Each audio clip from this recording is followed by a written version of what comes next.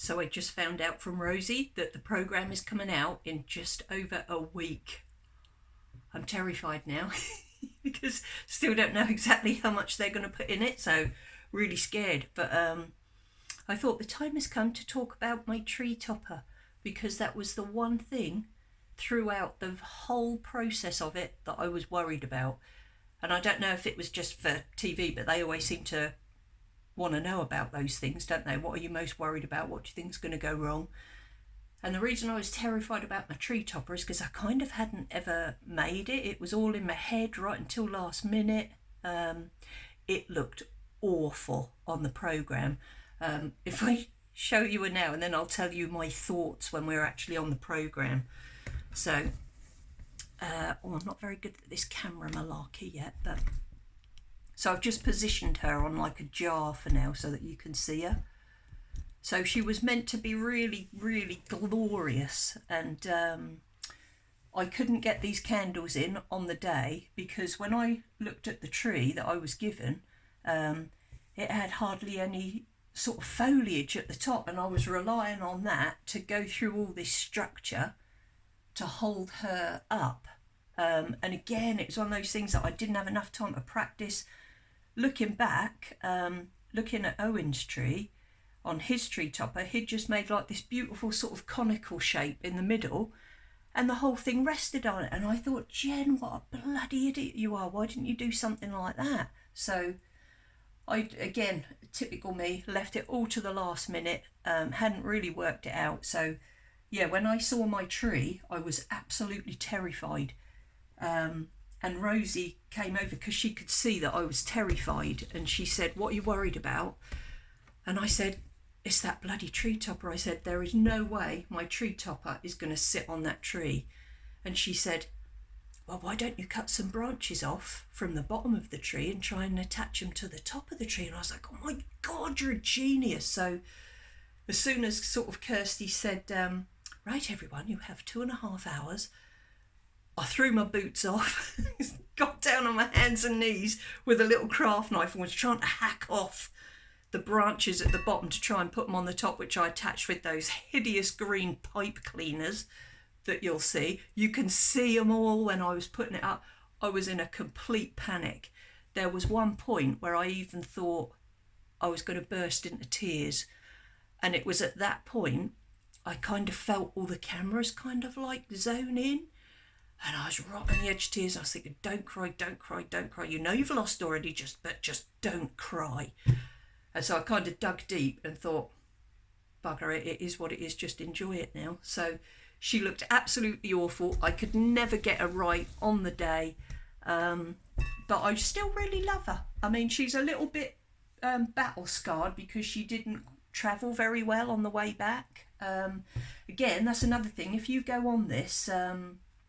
they'd said at the end of the process, they gave us some forms to fill in and said, just write down exactly how much everything is worth, you know, because where it get to sort of be destroyed in transit, how much is it worth? I jokingly put 17.5 pence. And they said, oh no, come on, what's it worth? And I said, look, I don't care, because when I get everything back, I'm just going to burn it. I hate it. I still love her, but she took forever. So these I actually cut out on my Cricut machine that I've got because they were so intricate, and these pieces I cut out on the Cricut machine, but the rest of it was all hand cut. I'll put some photos at the end of the video of some more of the process, because yeah, this was all in one whole piece. I designed that in Photoshop. I'd done a painting of that little section there, then just repeated the pattern.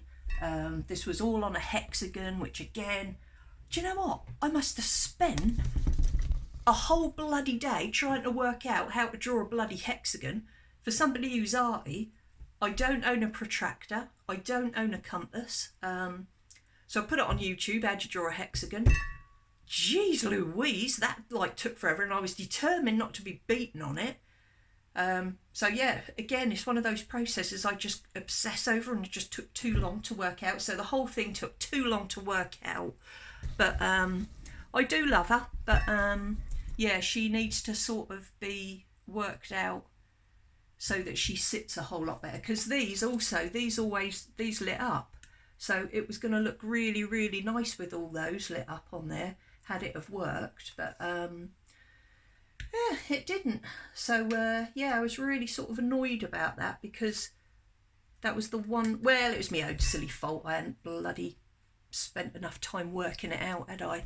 But yeah, the way that I made her, so I did her on this hexagon, 3 of those, and my God, all the bloody engineering that went on as well in it, because I wanted it all to be perfect. So I cut the triangles out of foam board and then covered those with paper. And these little torches, they all come out separately, like so. So each one was made separately. That was a nice process though, making all of that. I was quite pleased with those. And so yeah, the whole things then, they were set into this wonderful crazy hexagon shaped thing. But if I take those all out so you can see it. So yeah, it's a shame because I didn't really get to get those in there, and these have got a little bit battle scarred on the way. So that was pretty much the structure of it, and I was kind of hoping to put all the branches, you see, through here to hold it up. But again, once I saw the tree, I even said, bloody hell, I said to the director, can we swap trees? And he said, nice try, no. And so Owen's tree was beautiful. I loved his tree. I was really jealous. I said, Owen, can I have your tree? But of course, no, I couldn't. So yeah, that is my tree topper in a nutshell. I guess my sort of inspiration for it, I really like Voisey and Pugin, and so Pugin has some really lovely wallpapers, and I remembered that there was one that he'd picked out like this. He'd done a sort of, you know, gothic window, and he'd picked it out in red, and so I did that on mine.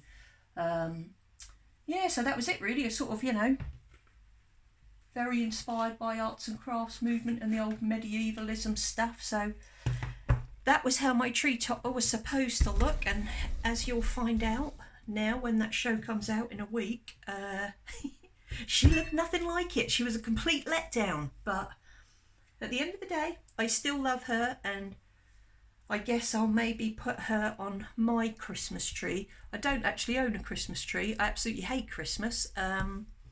So I bought a 7-foot one off Amazon, but I'll probably put that up, I guess, this year, and put this old tat on it and see what happens, and then I'll make another video and say, look how beautiful it should have been. So yeah, thanks for tuning in. I'm gonna make some more videos now, which will probably be after the program's out, so I'm going to do all my crackers and things today.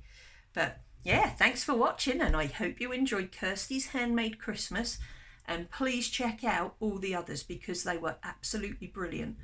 Owen Rose, Rosie Gittins, Lauren, oh sorry Lauren, I can't remember your last name, but she's Mandrake and Moonseed on Instagram, and Owen Rose is on Instagram. Rosie Gittins is Grey Wren Studio. So again, bloody amazing artists, so go and check those out too.